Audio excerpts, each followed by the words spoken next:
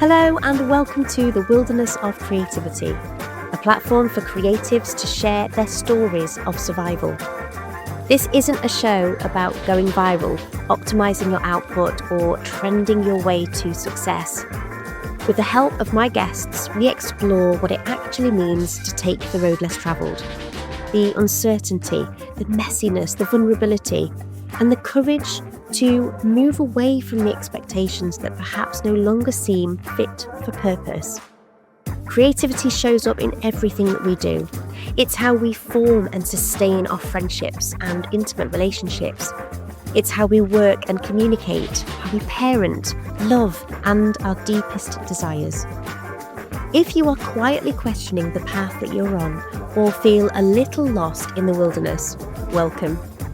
You can subscribe to the podcast on your favourite platform, and you can also find us over on YouTube and Substack.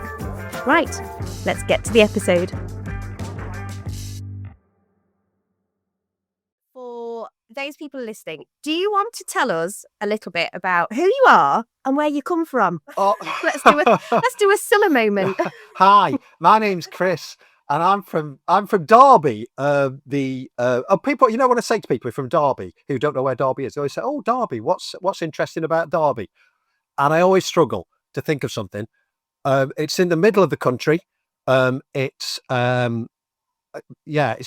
I'm from there anyway. I'm Chris, and I'm a writer and a poet and an illustrator, and that'll do, won't it?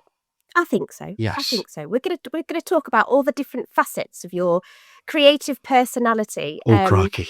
And Derby is in the middle, as is in Nottingham. That's the thing. As soon as you say it's next to Nottingham, everyone goes, "Oh, Nottingham. Yeah, Robin Hood. Yeah, Robin gotcha. Hood. Yeah. That's the one. Yeah.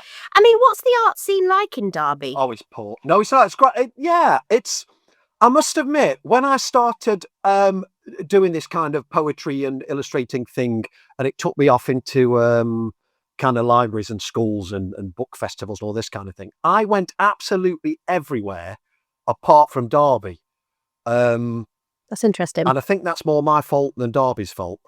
I've done very, very little in Derby up until recently, funny enough, when the Derby Book Festival, which has been going a few years, but seems to have got really, really big now.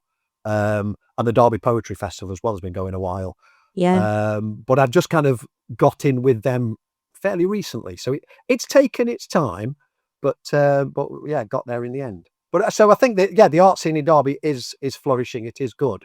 I'm just really late to the party. I was thinking about how difficult it is actually for artists to connect with arts organisations, festivals these days. I mean, I'm saying these days because I've been doing this a long time, as I'm sure you have been. What are you saying? I'm saying we're old, Chris. Yeah, that'll be it. Yeah. But I went off into schools and found myself in formal education. But obviously, you've managed to skirt around the outside of that. And it's really hard to build those connections, isn't it? It is. I don't know about yourself, but I'm lousy at doing it as well.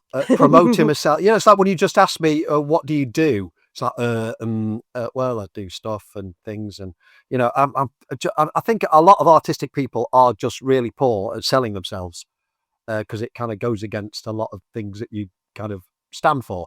Yes, it is hard, and of course, with a lot of schools, a lot of kind of companies that run book festivals and poetry festivals and things, the staff are always changing. So with the Derby Book Festival, for example, I got a sniff of working with them when they first started, and then it all went quiet, basically because all the staff and the people you talk to had moved on to other things. So you're starting again and again and again. It's tricky. It's a tricky business. It is a tricky business. And we talked a little bit about this at the Arts Education Conference, which is where we met. That was good, wasn't it? That was, it's a good day, that was. What was your sort of key takeaway from the Arts Education Conference? It was just so nice to meet people like yourself who thought along similar lines. You kind of found you'd met your people, and everyone was really friendly, and Yeah, I didn't know what to expect. It was the first time I'd done anything like that. But it was great. Just really positive. I think that was the thing. There was no negativity in the room. Everybody was really, you came away feeling like, people are out there doing their bit for the arts and for creativity. And it was good. It was good. And plus nice sandwiches as well. That always helps. Very, very nice sandwiches. Yeah. Yes, absolutely. Yeah. Possibly I don't know why I didn't mention that first. That's possibly the most important That is thing. probably the best bit. A good lunch. Of course, you have to take a free lunch when you can. You do, so, absolutely. It's one of the things I noticed on the day. Yeah. Straight for the buffet. Where's Lucy? Oh, she's over. Yeah, she's over there. Yeah, she's over there eating. Tell me a little bit about where this love for writing and illustration came from. Like, were you good at art in school? Was it something that you were kind of really nurtured in as a child? Like, where did it come from? Yeah, good question. I'm not entirely sure. Nobody else in my family can draw to save their lives. So I'm just really, really lucky that that it's come from somewhere. The thing that set me off and really kind of put the bulb on above my head were comics. When I was a school kid, my dad used to take me around Saturday morning around all the local newsagents and just bought all the comics I could get my hands on. The Beano, Whizzer and Chips, Whoopee, all the classics.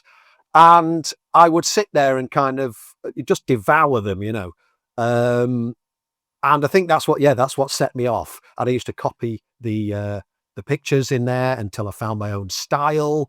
And it was, to me, it was just a perfect combination of drawings and words.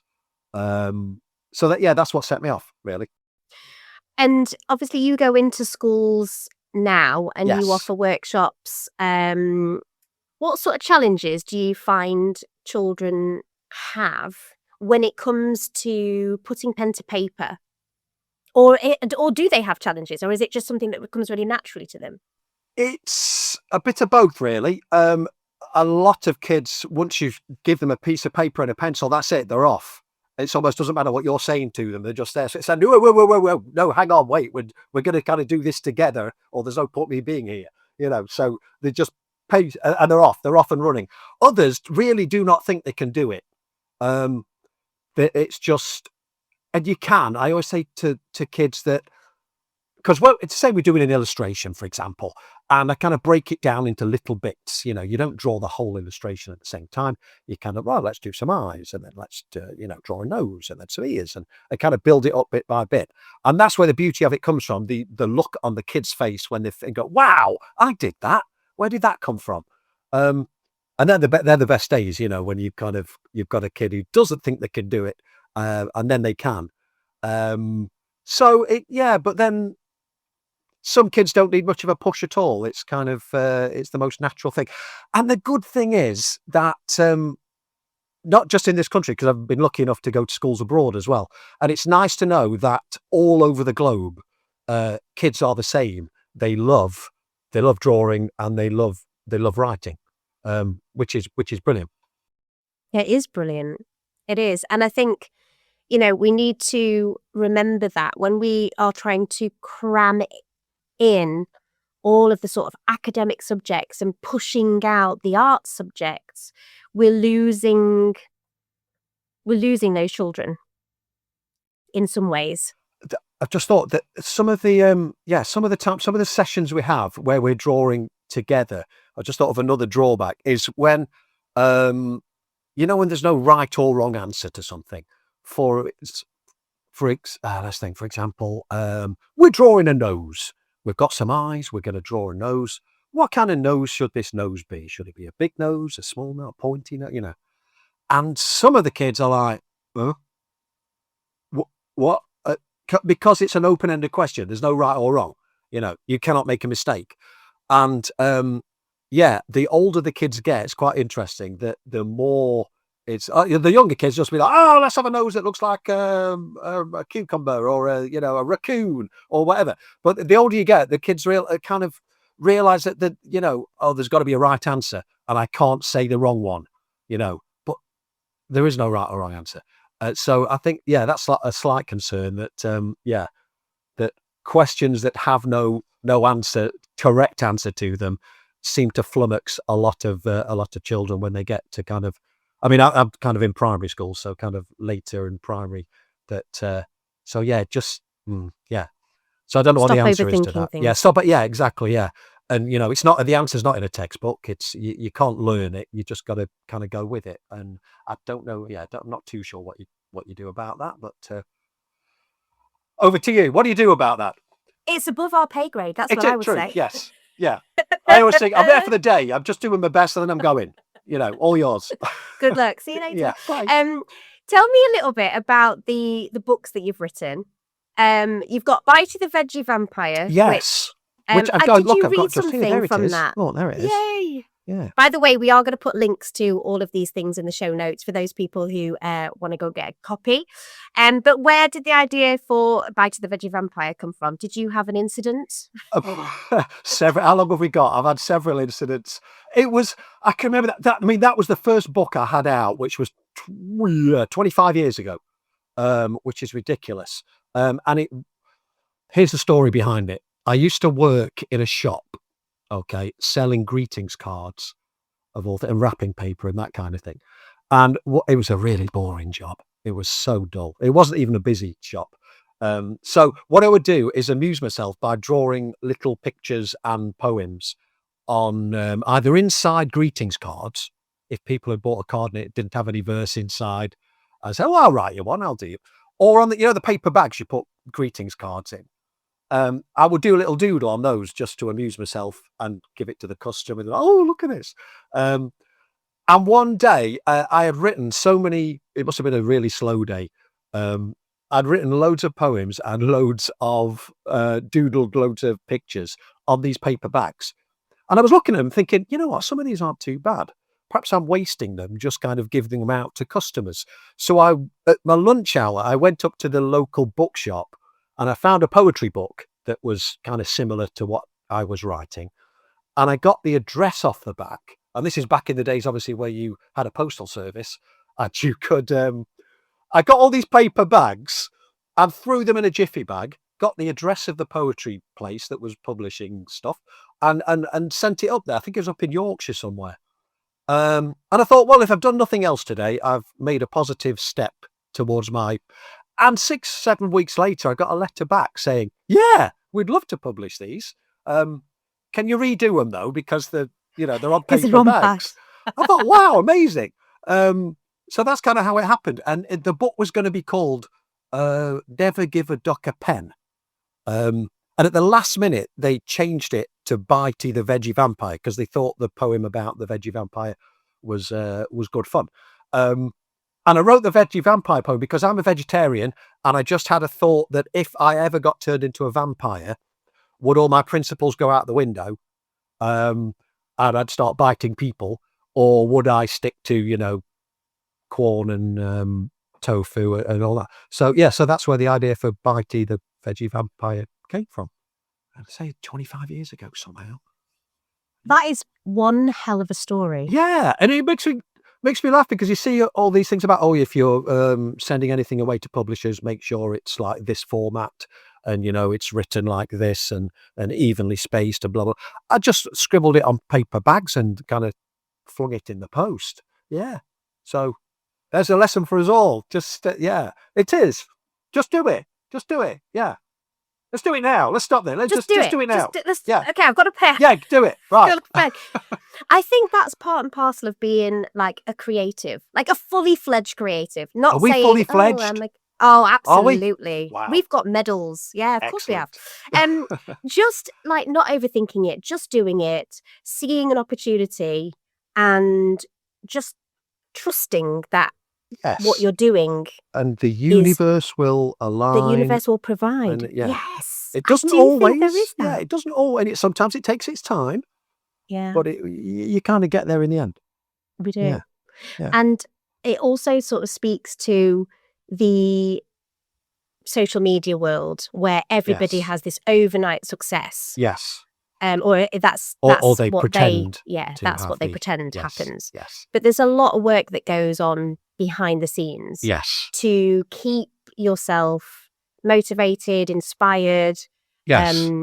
And obviously you've got a particular style as well to your illustrations. Like, what inspires you? And don't say everything. Like, what? Okay. Damn it. But like, what sort of style would you describe your illustrations? Obviously, is it like comic? It is Comic book yeah, style? comic books. There's one behind us. Just there. There's a duck. Just there. Dunno. Look, there's one. Just yeah. They're quite.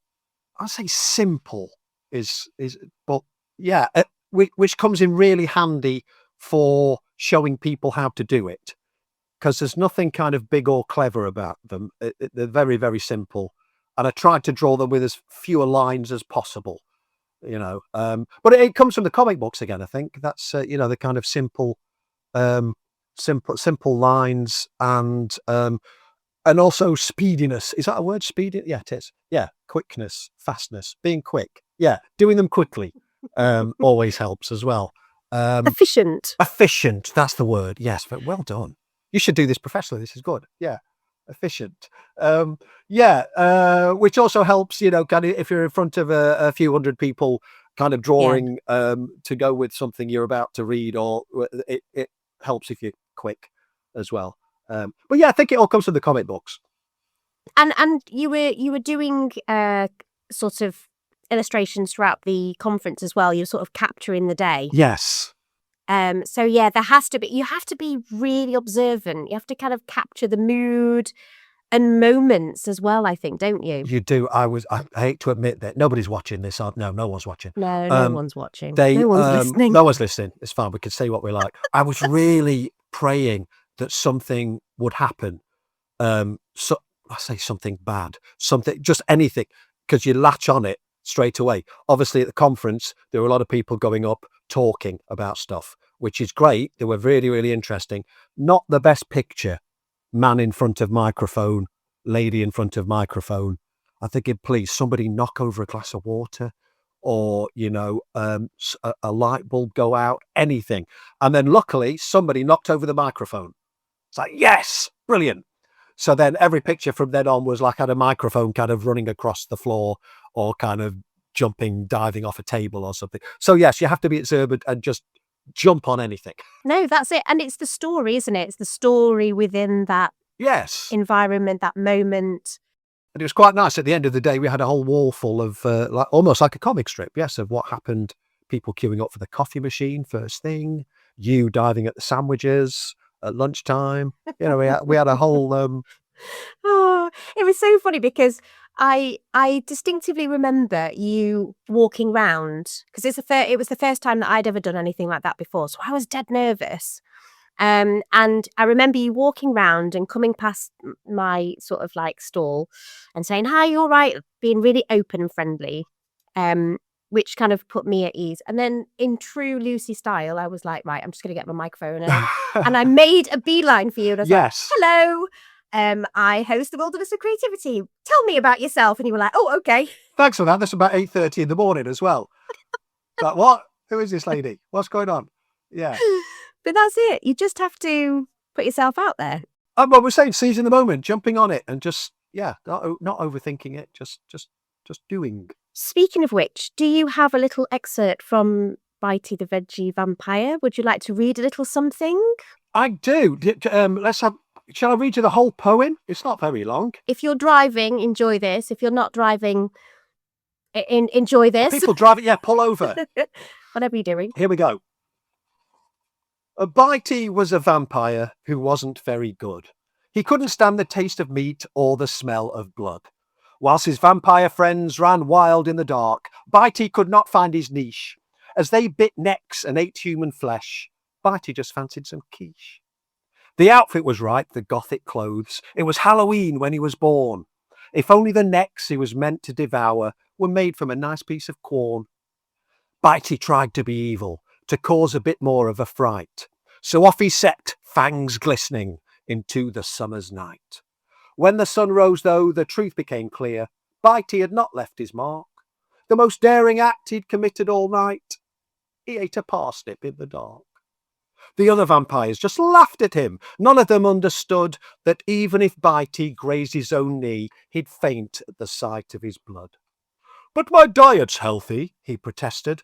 "I feel fine, and I suppose I save money on dry cleaning with no bloodstains on my clothes." Alas, Bitey's story does not finish well. It does not finish well at all. For the malfunctioning vampire's aversion to meat was in the end to be his downfall. You see, Bitey was slain just last week, and his whole world fell apart. He was found late at night when the moon was bright, with a 12-ounce stake through his heart.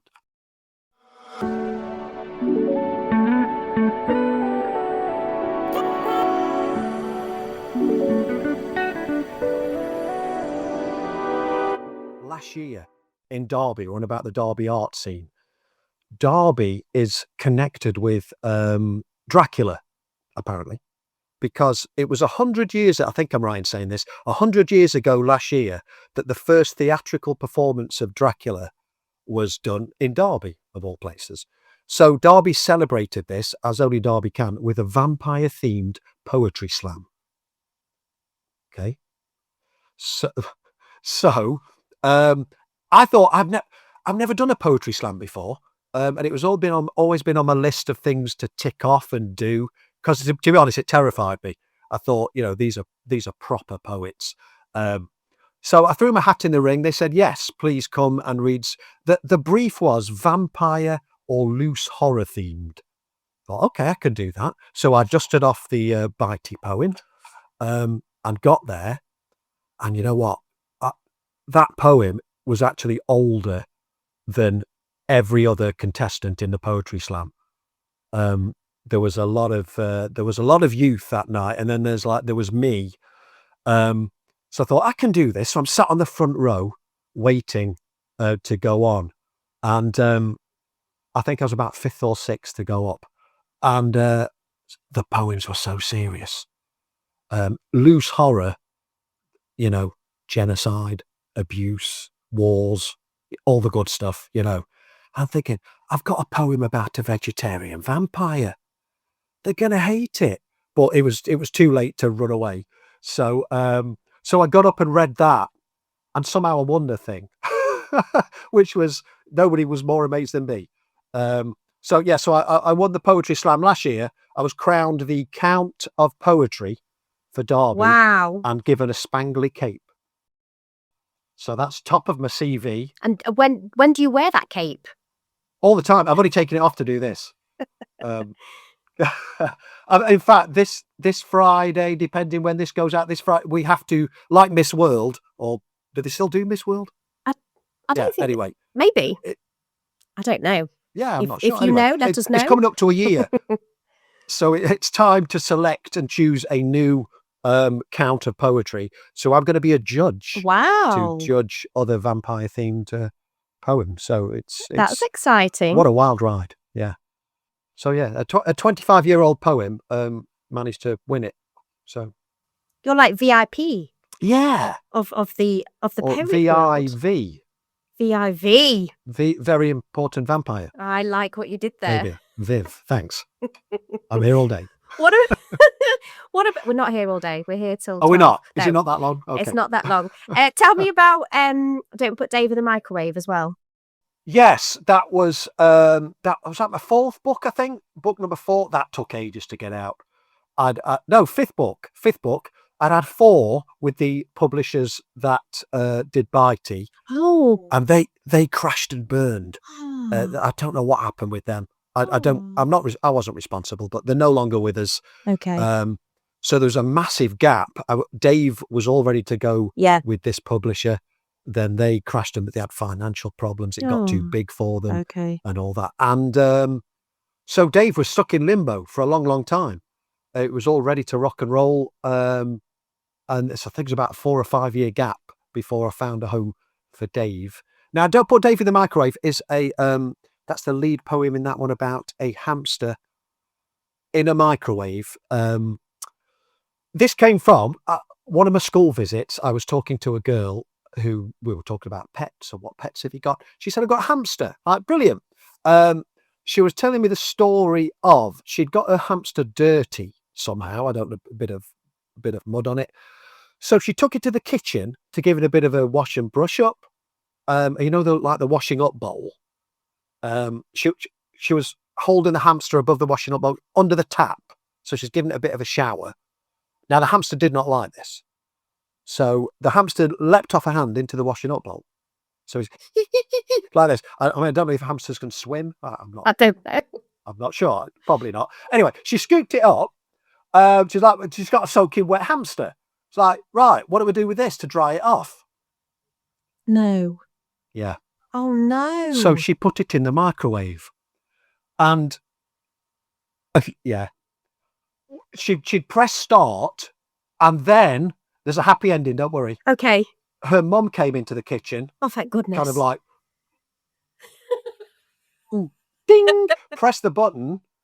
The door flung open. The hamster's like, phew, flew out. His hair all like poofy. Yeah. You know, like he'd just been to a salon or something. But he was fine. He went on to live a happy and healthy hamster life. But I thought, that's a good idea for a poem. So the hamster's name was changed to protect the innocent, and also so it rhymed with microwave. And that's where that came from.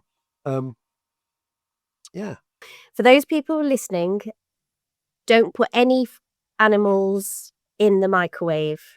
Don't try this at home, kids. Do not. No. Yes, we are trained professionals. That is a really important message to state. It is. At this yes, point. no animals. Don't go stuffing your cat in there. No. Or dogs. washing machines or anything like that. Don't. Oh, anything like anything. In fact, don't put no pets in the kitchen. No pets in the kitchen. Yeah. Yes. I was gonna ask how you deal with creative writing block, but actually they just come from conversations that you have. Yeah, you know what? I don't actually think I get creative writing. Oh, all right. I'm not showing off. It sounds like I'm showing. Yeah, I don't. Why do you? I don't. Because I think you can either force it or just walk away. You know, just. Yeah, I think over time I'm learning to let things percolate a little more. Okay. Yes. So. Not microwave, percolate. Yeah, exactly. Yeah. It's a funny one. I think everyone deals with it differently, don't they? They do. Yeah, they do. I suppose it's different if you've got some kind of deadline or you know, you've got to think of something by this time. That's a bit trickier. But if you got an idea of something that's not quite coming, then that doesn't matter so much, does it? Like you say, just let it rattle around your brain for a while. And I quite like deadlines. Oh, okay. Do you? Yes and no. What a great answer that was. Yeah. Yes and no. And maybe. Yeah. They do help, don't they, to push you into making a decision. Yes. And I think I can often be very creative when I have that tight deadline. It kind of like, I don't know, brings all of those ideas together and forces it. Yes. To kind of come. But do you have to have a word with yourself though? Do you have to kind of metaphorically slap yourself around the face and like, come on, we've got this? Yeah, I'm very hard on myself. Oh yeah, right, okay, yeah. But I suppose, you know, for those people who are listening, if you are not sure about what works for you when you have got creative block, I think reading really helps. For me, sort of like just take yourself out of the project. Doodling is a great way of just kind of getting your mind whirring and bringing those ideas together. I know it's not for everyone, but I go for a run. Okay. Because you're free of any, apart from the crushing pain and breathlessness. You're free of any.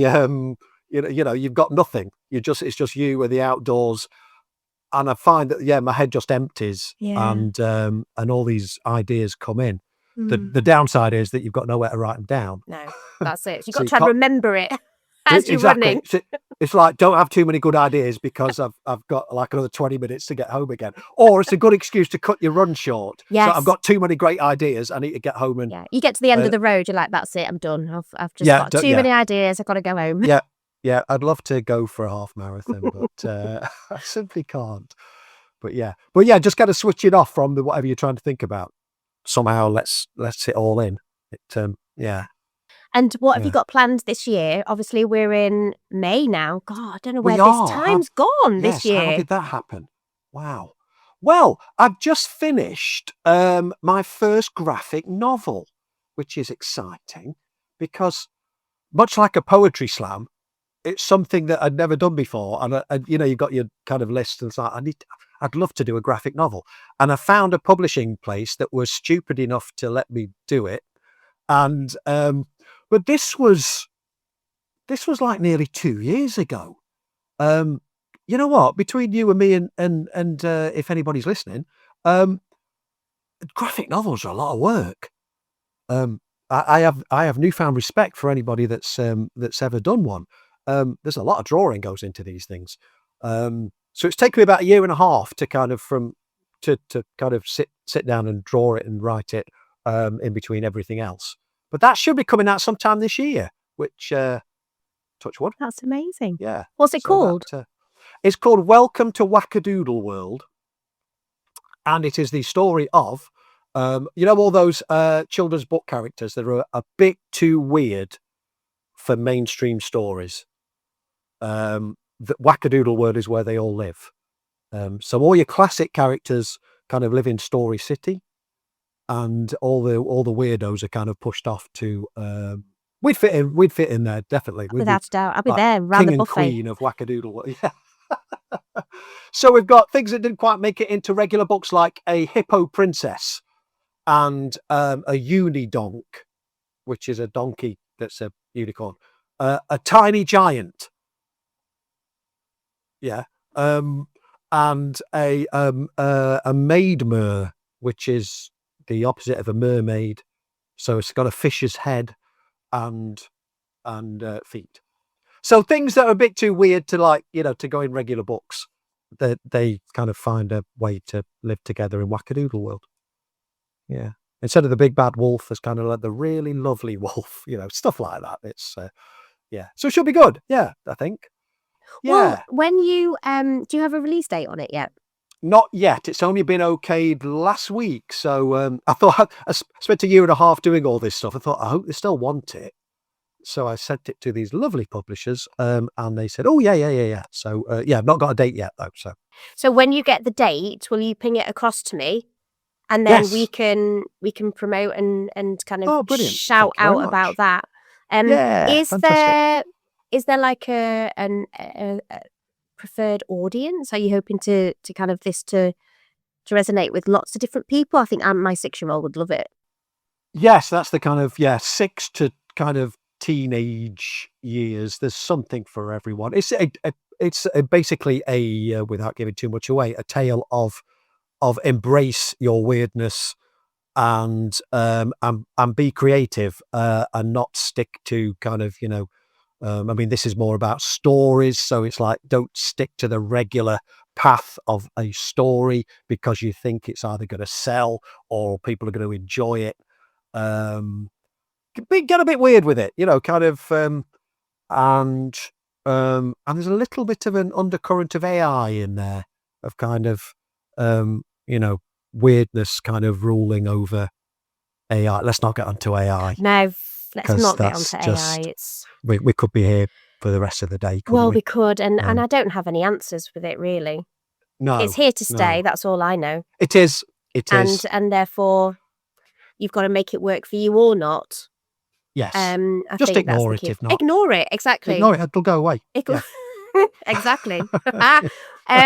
So we're going to be coming to the end shortly, but I was wondering if you could give some advice to sort of young writers, young illustrators who would like to make a career out of this. I think there's not enough career advice for those of us out there who want to follow a creative path. Because I remember being told, "Oh, you'll never make any money." Me too. And you know, why don't you think about teaching? And that served me well. But you know, it's not the be all and end all. It's not. I think what I've learned after years of doing this is that everybody's got a different path to getting to be where they want to be or where they hope to be. For me, it was throwing paper bags in a jiffy bag and posting them off. For others, they just get discovered like that, and they've got multiple book contracts happening.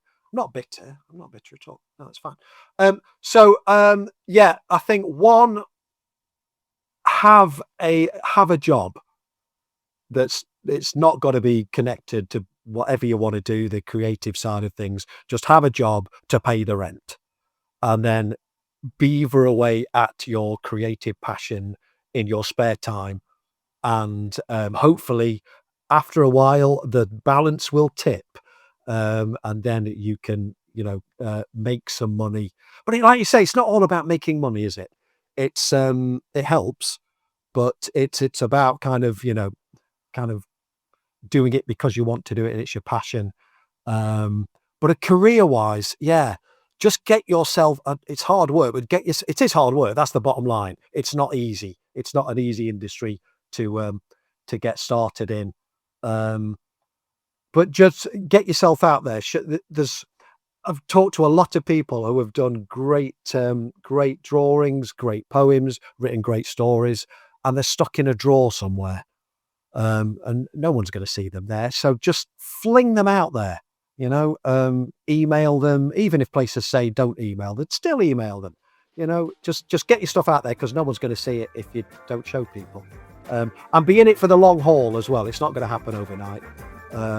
It may take years and years and years, but it can be done. Yeah, it can be done. And if it's meant to be, it'll happen, like we were saying before. The universe will sort it out, and all will be well. And on that note, we shall finish there. Oh. Good night and God bless.